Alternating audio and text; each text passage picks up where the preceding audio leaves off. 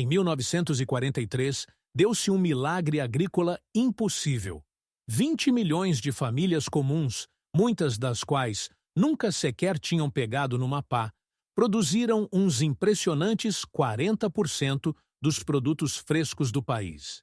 Milhões de toneladas de alimentos, colhidos em pequenos quintais e terrenos urbanos baldios. Mas a parte mais chocante deste evento histórico não é a sua escala massiva. É o facto de todo este movimento ter sido impulsionado sem uma única gota de fertilizante sintético. Como o fizeram? O governo distribuiu manuais de sobrevivência especializados contendo 12 truques brilhantes e naturais para o solo. Eram métodos concebidos para transformar terra morta em ouro negro fértil, gratuitamente. No entanto, no momento em que a guerra terminou, estes manuais desapareceram discretamente do ensino público. Por quê? Porque uma indústria de fertilizantes recém-florescente, de 200 mil milhões de dólares, precisava de clientes. E não se podem vender químicos caros a um jardineiro que já sabe como fazer a terra regenerar-se. Hoje, estamos a abrir essa arca. Embora os arquivos originais contenham 12 técnicas, neste vídeo, vamos dissecar os 3 pilares centrais absolutos deste sistema esquecido. 3 métodos tão poderosos que ainda são considerados uma ameaça direta aos lucros da agricultura moderna. Imagine o mundo no início dos anos 40. As cadeias de abastecimento globais foram completamente desfeitas por bloqueios navais. Navios de transporte comerciais estavam a afundar-se, e milhões de jovens agricultores aptos foram retirados dos seus campos e enviados para as linhas da frente. A ameaça de fome em massa não era apenas um medo, era uma certeza matemática. O governo rapidamente percebeu que se o público não conseguisse alimentar-se, a guerra já estava perdida. Num ato de puro desespero, o Departamento de Agricultura lançou a campanha dos Jardins da Vitória. Mas sabiam que simplesmente distribuir sementes a habitantes da cidade, que só tinham acesso à terra morta e compactada nos quintais, era uma receita para o fracasso. Precisavam de um sistema à prova de bala. Uma forma de garantir colheitas maciças sem depender de fertilizantes sintéticos comerciais. Por quê? Porque os mesmos componentes químicos usados para fazer fertilizantes nitrogenados eram desesperadamente necessários pelos militares para fabricar explosivos e munições. Simplesmente não havia fertilizante disponível para o público. Assim, cientistas agrícolas e agrônomos de renome foram encarregados de uma missão crítica. Eles aprofundaram-se na sabedoria agrícola esquecida e na ciência ecológica inicial. Destilaram milhares de anos de mecânicas de sobrevivência natural, num conjunto de manuais estritamente controlados e altamente eficazes. Esta não era uma coleção de truques fofos de jardinagem. Esta era uma questão de pura segurança nacional. Estavam a ensinar cidadãos comuns a manipular a biologia do solo para sobreviver. Ensinavam uma filosofia radical que ia inteiramente contra a agricultura química moderna. Não se alimenta a planta, alimenta-se o solo. E a fundação dessa estratégia de sobrevivência começou com uma compreensão profunda do mundo microscópico debaixo dos seus pés. Então, como é que estes métodos primitivos superavam os nutrientes químicos refinados? A resposta reside numa realidade biológica que a ciência moderna só agora está a começar a mapear completamente. Vejamos o primeiro pilar, uma técnica conhecida como cortar e deixar cair. Quando chega a época da colheita, os instintos modernos dizem-nos para arrancar a planta pelas raízes e lavrar a terra. Os manuais de 1943 proibiam estritamente isto. Instruíam os cidadãos a cortar o caule ao nível do solo, deixando todo o sistema radicular a apodrecer debaixo da terra, enquanto largavam as folhas mortas diretamente na superfície. Hoje, os microbiologistas do solo sabem exatamente por que isto funciona. Essas raízes em decomposição criam milhares de túneis microscópicos, permitindo que a chuva forte e o oxigênio penetrem profundamente na terra fortemente compactada. Mais importante, o carbono restante torna-se um banquete enorme para minhocas e bactérias fixadoras de azoto de vida livre. Depois, havia o segredo da inoculação do solo florestal. Aos jardineiros era dito para irem a florestas antigas e intocadas, recolherem um punhado de serapilheira escura e rica e introduzi-la nos seus canteiros estéreis. O que estavam realmente a fazer era realizar um transplante biológico massivo. Em termos modernos, estavam a colher micro-organismos indígenas. Estas bactérias selvagens libertam enzimas poderosas que literalmente dissolvem rocha sólida e argila, desbloqueiam minerais presos e convertem-nos em alimento líquido que as raízes das plantas podem absorver imediatamente. Mas a obra-prima absoluta desta jardinagem de sobrevivência era o aperto de mão micorrízico. Num mundo sem químicos artificiais, uma planta não pode ser preguiçosa. É forçada a excretar açúcares líquidos das suas raízes para a terra escura. Este açúcar atua como um farol biológico, chamando os fungos micorrízicos subterrâneos. Estas hifas fúngicas ligam-se às raízes e tecem uma vasta teia invisível que se estende milhares de vezes mais longe do que a planta conseguiria alcançar por si só. Atuam como uma enorme esponja viva, extraindo fósforo e água das profundezas da terra e trocando-os com a planta por açúcar. Quando se deita fertilizante sintético num jardim, anula-se instantaneamente este antigo acordo comercial.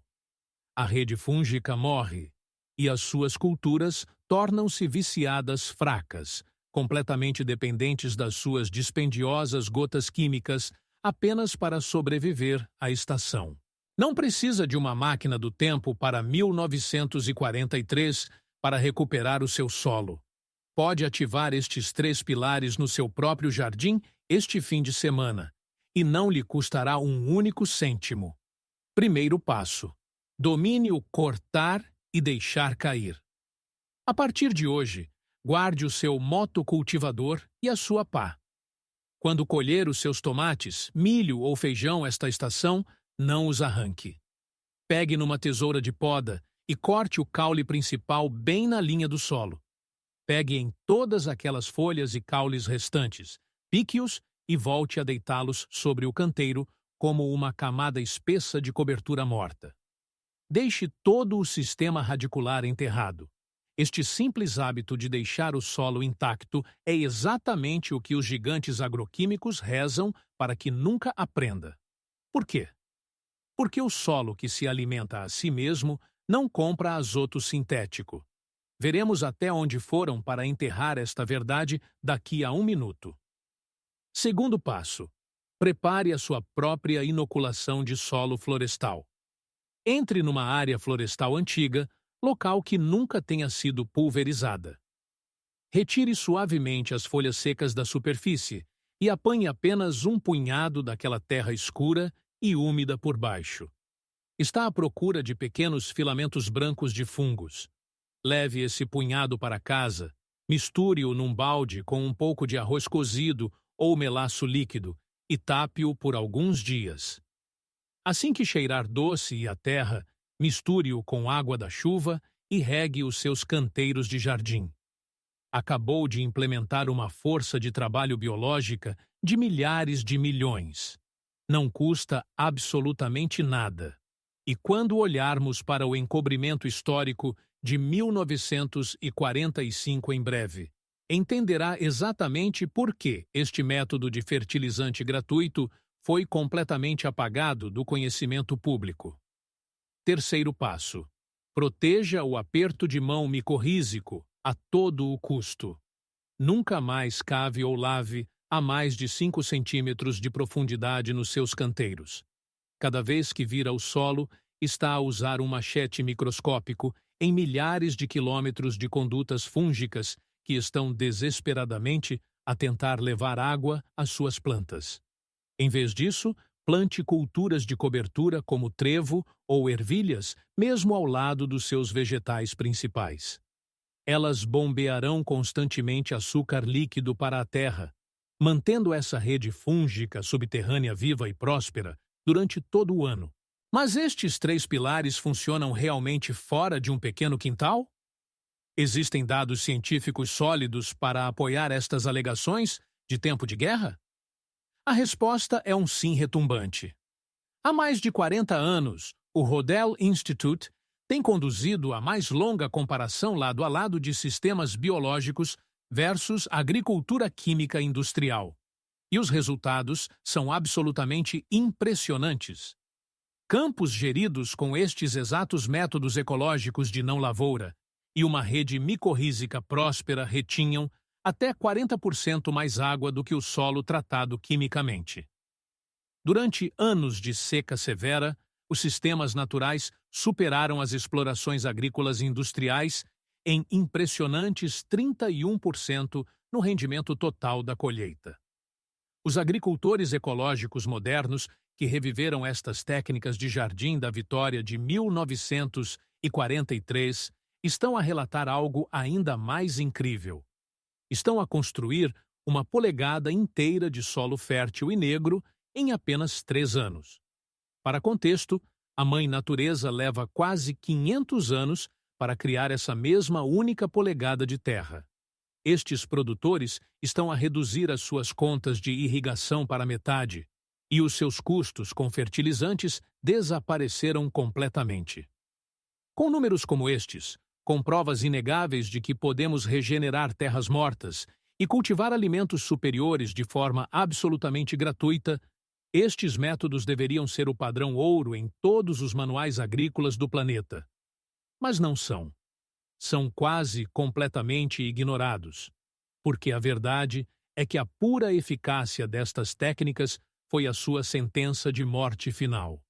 Ser capaz de cultivar alimentos perfeitos gratuitamente tornou-se um enorme encargo para um grupo muito específico e muito poderoso de pessoas no final da Segunda Guerra Mundial. O ano é 1945. A guerra terminou oficialmente, mas de volta a casa, grandes corporações químicas e o governo estavam a enfrentar uma crise financeira catastrófica. Durante anos, tinham construído um império de fábricas dedicadas a produzir um composto específico e altamente volátil: nitrato de amônio, o principal ingrediente químico usado para fabricar explosivos e bombas militares. De um dia para o outro, a procura por munições desapareceu. Estas corporações ficaram com montanhas de inventário explosivo e instalações multimilionárias que, de repente, não tinham propósito. Estavam a enfrentar a falência total. Precisavam de um novo mercado e precisavam dele imediatamente. Então veio a viragem que mudou a história humana. Era um facto científico conhecido que o nitrato de amônio podia forçar um efeito de esverdeamento rápido e antinatural nas culturas. Atua essencialmente como um esteroide químico para as plantas. Para salvar a sua indústria do colapso, estas corporações executaram uma campanha de rebranding brilhante e implacável. Os mesmos produtos químicos usados para destruir cidades foram recolhidos, despejados em sacos coloridos e vendidos ao público como o futuro milagroso da agricultura. Mas havia um grande obstáculo no seu caminho: os milhões de cidadãos que já sabiam como cultivar alimentos abundantes gratuitamente usando os manuais dos Jardins da Vitória. Assim, os gigantes químicos investiram fortunas em publicidade. Lançaram campanhas implacáveis, ridicularizando os antigos métodos biológicos como atrasados, sujos e lentos.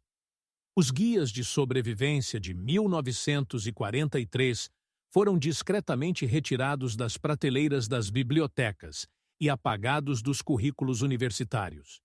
Em vez disso, ensinaram uma nova geração de agricultores a literalmente salgar a sua própria terra. Quando inunda o solo com sais de nitrogênio sintéticos, incinera os micro-organismos indígenas. Obliterra completamente as redes fúngicas subterrâneas, de que falamos anteriormente. E esse era exatamente o objetivo. Ao matar intencionalmente o ecossistema vivo dentro do solo, transformaram produtores ferozmente independentes em clientes dependentes para toda a vida. Se o seu solo está morto, não pode alimentar a planta. E se o solo não pode alimentar a planta, não tem absolutamente nenhuma escolha senão comprar a sua solução química ano após ano apenas para manter as suas culturas em suporte de vida. Era o modelo de negócio perfeito. O nascimento de um vício global de 200 mil milhões de dólares. Durante quase 80 anos, fomos vendidos uma mentira cuidadosamente elaborada. Fomos condicionados a acreditar que a Terra é apenas um recipiente físico vazio, uma esponja sem vida que requer um gotejamento constante de químicos sintéticos apenas para produzir alimentos. Mas uma floresta selvagem não precisa de uma fábrica de químicos para crescer árvores imponentes e antigas. E o seu jardim também não precisa. Recuperar estes métodos de sobrevivência é muito mais do que apenas poupar dinheiro em materiais de jardinagem. É um ato de total independência agrícola. Ao simplesmente largar o motocultivador, utilizando a decomposição natural e respeitando as redes biológicas invisíveis debaixo dos nossos pés, retoma o controle absoluto do seu próprio abastecimento alimentar. Sai completamente do sistema deles. Então, dos 3 pilares centrais que desvendamos hoje, qual vai implementar primeiro no seu jardim? Vai dominar o cortar e deixar cair, preparar a sua própria inoculação de solo florestal? Ou focar-se em proteger o aperto de mão micorrízico? Deixe-me saber nos comentários. E lembre-se, estas foram apenas 3 das 12 técnicas originais dos arquivos dos Jardins da Vitória de 1943. Ainda há mais 9 métodos classificados que os gigantes agrícolas esperavam desesperadamente que nunca descobrisse. Se quiser descobrir o resto, certifique-se de que clica no botão de subscrição e ativa as notificações. Vejo-o no próximo vídeo, enquanto continuamos a trazer o nosso solo morto de volta à vida.